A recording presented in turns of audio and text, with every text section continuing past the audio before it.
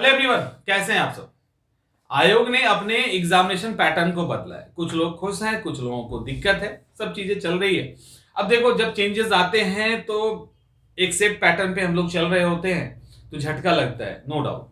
लेकिन इस चेंजेस को एक्सेप्ट करने में ज्यादा दिक्कत नहीं है। दिक्कत होगी थोड़ी सी, क्योंकि ऐसे पेपर बीपीएससी वालों के लिए नया है और एस्से लिखना आसान काम नहीं होता है। उस पर से आपके एस्से को 300 वर्ड में डाल दिया गया है। मेंस के लिए अब एस्से पेपर पे कमांड करना निहायत ही जरूरी हो गया है, क्योंकि एस्से पेपर पे अगर आप कमांड नहीं करेंगे, अभी नहीं करेंगे, तो एस्से पेपर को क्विक कमांड करने में थोड़ी सी दिक्कत है। क्योंकि ये एक ऐसा अप्रोच है जिसको ओवरऑल आपके बहुत सारी चीजों में दिखाएंगे, तभी जाके एक अच्छा आंसर आप लिख पाएंगे। भटकने की संभावना इसके अंदर बहुत अधिक होती है और स्ट्रिक्टली कॉपी चेक करेंगे तो दिक्कत हो सकती है। तो कहने का मतलब कि ये जो ऐसे है तो और बहुत मुश्किल भी नहीं है। आप एक पॉजिटिव सकारात्मक और एक एफर्ट डालेंगे तो आपका ऐसे पेपर हो जाएगा। स्टार्ट करने के पहले क्या होना चाहिए, सबसे पहले बात करेंगे कि ऐसे में सवाल कैसे पूछे जाएंगे बीपीएससी में। तो ये 300 नंबर का है। 300 इंटू 10 यानी इक्वल टू लगभग 3000 शब्दों में आपका ये पूरा ऐसे पेपर होगा। उसको थोड़ा आगे थोड़ा पीछे कर सकते हैं, उससे अधिक नहीं। अब 3000 का मतलब क्या एक ऐसे लिखना होगा, तो ऐसा भी नहीं होगा। ये कम से कम 2 देंगे, अधिक से अधिक 3 ऐसे आपको लिखने के लिए देंगे। जो यूपीपीएससी फॉलो करती है ना, ऑलमोस्ट वही पैटर्न कहीं ना कहीं फॉलो किया जाएगा। तो 2 या 3 के लिए तैयार रहिए, तो 1000 वर्ड 1100 वर्ड के आसपास आपका एक ऐसे होगा। अब 1000-1100 वर्ड में ऐसे होना आपके लिए फायदेमंद है। आपका ऐसे जितने टुकड़े में टूटेगा ना, उतना आपके लिए फायदेमंद है। वो जितना कम टुकड़े में टूटेगा उतना मुश्किल होगा। मुश्किल क्यों होगा, अभी हम लोग देखेंगे। तो हम लोग बात करते हैं, और आंसर ऐसे जो है, इससे 300 नंबर का है। यहां पे किसी को 50, 60 और 80 नंबर भी मिल सकता है, तो किसी को 220-30 नंबर तक मिल सकता है। समझ रहे हैं, एक बड़ा ह्यूज गैप क्रिएट करेगा ये ऐसे। तो ये इसको एकदम से हल्के में लेने का तो है नहीं। तो इसको आपको एक प्रॉपर वे में इसको लेकर तैयारी करनी, ठीक है। तो इसको मिस नहीं कीजिएगा, इसको अच्छे से आप तैयार करके जाइएगा। हल्के में लीजिएगा तो एग्जाम हल्के में चला जाएगा। अब सवाल है कि एक अच्छा ऐसे में होना क्या चाहिए, हम लिखेंगे कैसे, अप्रोच हमारा क्या हो। सबसे पहले जब लिखना शुरू करना है आपको, ऐसे कलम उठा के लिखने लगोगे, उसके पहले आपको मतलब स्टार्टिंग करने के पहले जो रफ काम करना है वो क्या है। सबसे पहले एस्से का जो टाइटल है, एस्से का जो शीर्षक है, जो एस्से दिया गया है, उसको बहुत अच्छे से समझना है। होता क्या है कि हम एस्से के अप्रोच को ही नहीं समझ पाते। अब मान लो एस्से में कुछ भी हो सकता है, ईश्वर है, यह भी एक एस्से है, दीजिए। और एक पर्यावरण प्रदूषण पे एस्से लिखिए। तो पर्यावरण प्रदूषण भी, एनवायरमेंटल पॉल्यूशन भी एक एस्से है, और ईश्वर है वो भी एक एस्से है। दोनों। अब पर्यावरण के साथ, चूंकि एनवायरमेंट के साथ एक वर्ड डाला गया पॉल्यूशन, तो एनवायरमेंटल पॉल्यूशन के बारे में आपको उसके हर पक्ष को लिखना है। लेकिन ईश्वर है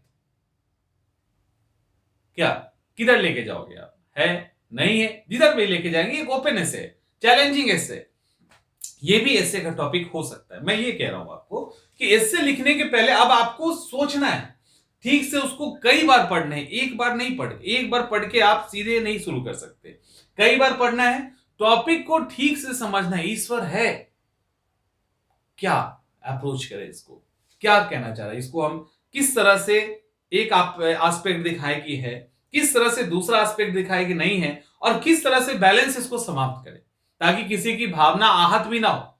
क्योंकि बैलेंस कंक्लूजन जो है आपका एक बैलेंस होना चाहिए। तो ये टॉपिक है, मान लो इसी को लेके चलते। अब इसको क्या करना है, आपको रफ में बांट लेना है। अब ईश्वर है में सब टॉपिक कई सारे बनेंगे। है तो कितने तरह के ईश्वर है, एक ईश्वरवाद है, द्वैश्वरवाद है, अनेक ईश्वरवाद है, सर्वेश्वरवाद है। और है तो उसके साथ समस्याएं क्या क्या है, मान लो हम ये सोच सकते हैं ईश्वर है तो ठीक है, इस दुनिया को बनाने वाले वो है, एक अप्रोच। लेकिन बहुत सारी निगेटिविटी भी है, भूकंप आता है, बाढ़ आता है, बीमारियां आ जाती, कोविड आ जाता है, तो ईश्वर रहता तो ये थोड़ी ना होता। नहीं है तो कैसे नहीं है, उसकी कैटेगरी, उसके फैक्ट्स, और फिर नहीं है का एविडेंस कि हम नहीं है कैसे मानेंगे, बहुत सारी चीजें जो मानता है। तो ऐसे करके आप उसको सब टाइटल में बांटने हैं, वो आपको रफ पे करना है, सब टाइटल्स में उसको आपको बांट लेना है। तो जो शीर्षक है उस पर रफ कीजिए, उसके सब टाइटल में आप उसको बांट लीजिए, और फिर उसके बाद उसमें क्या लिखना है अकॉर्डिंग टू पॉइंट, है ना, एकेश्वरवाद द्वेषवाद टाइप, अकॉर्डिंग टू पॉइंट। जो पॉइंट्स आपको लिखने हैं उसका एक फॉर्मेट आपको बना लेना है रफ पे ही, उसके पीछे कारण है बनाने के पीछे, ऐसे ही नहीं कह रहा हूं। तो आपको क्या करना है, टाइटल लिख लिया, उसके अंदर कंटेंट आप क्या डालेंगे, जो सब टाइटल है वो लिख के उसके छोटे छोटे पॉइंट्स आपको जितने याद आ रहे हैं ना, जितना याद आ रहा है सबको पहले रफ पे लिख लो। इससे बिना रफ पे लिखे हुए स्टार्ट ही मत कीजिएगा, क्योंकि इससे अगर रफ पे लिखे बिना आप स्टार्ट करेंगे तो आपके एस्से में रिपीटेशन होना ही होना है, और एस्से के लिए सबसे खतरनाक कुछ होता है, एक अशुद्धि यानी गलत लिखना, और दूसरा रिपीटेशन, ये सीधे आपके नंबर को खा जाता है। तो वो नंबर खाने वाला काम मत कीजिएगा, उसको तभी आप बचा सकते हैं जब आप पॉइंट्स में रफ पे उसको लिखेंगे, ठीक है। अब जब आप लिखना स्टार्ट करोगे तो क्या होगा, जब लिखना स्टार्ट करेंगे तब आपके सामने एक आएगा भूमिका, स्टार्टिंग, इंट्रोडक्शन। एस्से का इंट्रोडक्शन हमेशा लच्छेदार रखिएगा, सिंपल इंट्रोडक्शन से स्टार्ट ना करें तो बेहतर है। दूसरा एक और तरीका है कि आपको अगर लच्छेदार भाषा नहीं आती है तो आप किसी के कोटेशन से स्टार्ट कीजिए, वो ज्यादा इफेक्टिव होगा। या तो लच्छेदार भाषा जो उलझा दे थोड़ा सा स्टार्टिंग में पहला, या दूसरा किसी के अच्छे इफेक्टिव कोटेशन से आप स्टार्ट कीजिए। दो तरीका है, और तीसरा तरीका नहीं है। अच्छा नंबर चाहिए, सिंपल इंट्रोडक्शन नहीं चलेगा, एकदम नहीं चलेगा, ठीक है, एकदम साइड कर दीजिए उसको। तो उसको आप स्टार्ट कीजिए, उसके बाद जितना भी नीचे लिखो वो इंग्लिश में लिखो या हिंदी में लिखो, आपकी भाषा काफी सिंपल होनी चाहिए और क्रिस्टल क्लियर होनी चाहिए। क्लियरिटी, कॉम्प्लेक्स बहुत ज्यादा नहीं, शब्दों को बहुत आडंबर में नहीं डालना है। इंग्लिश हो या हिंदी, इंग्लिश में भी कई ऐसे वर्ड्स होते हैं जो जिसके लिए डिक्शनरी खोलने की अगर जरूरत पड़ गई कॉपी चेक करने वाले को, नंबर कटना तय है। तो वहां में मास्टर, और हिंदी में जो हिंदी साहित्य वाले जो अगर लैंग्वेज डालना शुरू कर दिए अपना, तब भी नंबर कटेगा। सिंपल लिखना है, इफेक्टिव वर्ड्स डाल दें, आपके लाइंस स्ट्रेट होने चाहिए, क्लियर होना चाहिए लाइंस, लेकिन उसके अंदर वर्ड इफेक्टिव होने चाहिए। इफेक्टिव का मतलब ट्रांसीडेंटल नहीं, उस दुनिया वाला नहीं, ठीक है।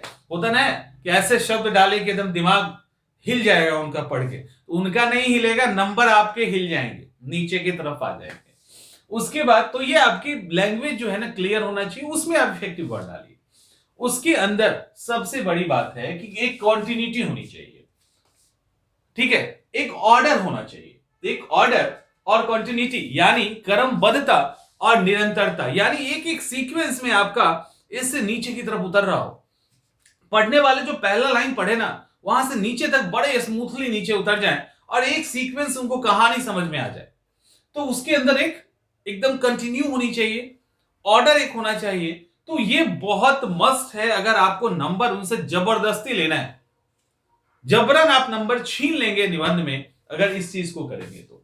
उसके बाद जितने भी आपके थॉट्स हैं, जो लाइंस हैं, जो जरूरी, मतलब जो बहुत कुछ लाइंस ऐसे होते हैं जो एक आध दो बार आते हैं, वहां पे पुनरावृत्ति ना हो तो बेहतर है, उसको रिपीट ना किया जाए ज्यादा तो बेहतर है।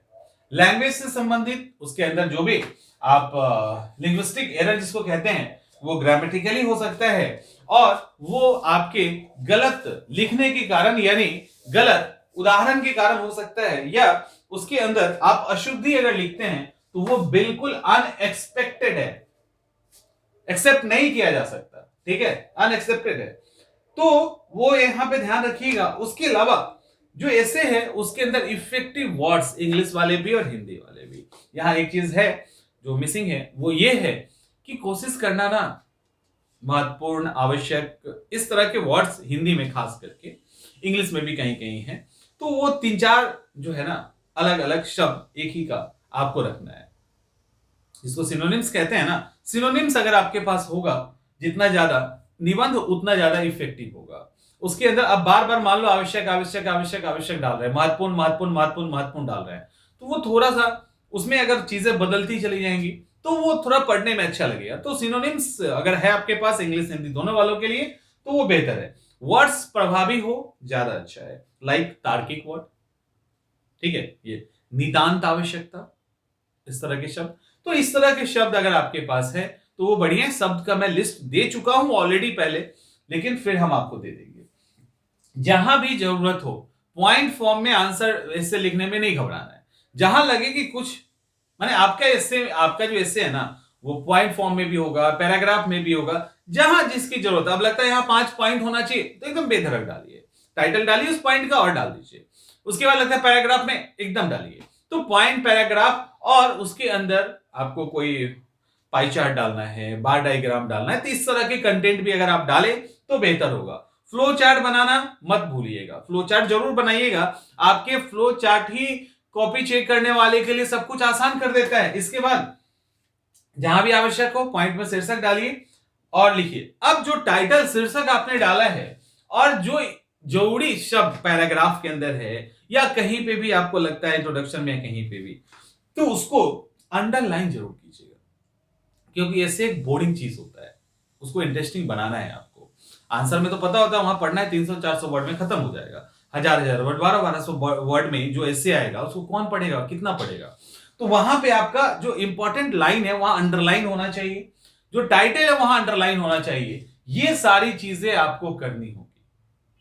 अब ये सब तो हमने थ्योरेटिकल पोर्शन की बात की। प्रैक्टिकल में आपको आंसर राइटिंग की शुरुआत एग्जाम के पहले से कर देनी चाहिए।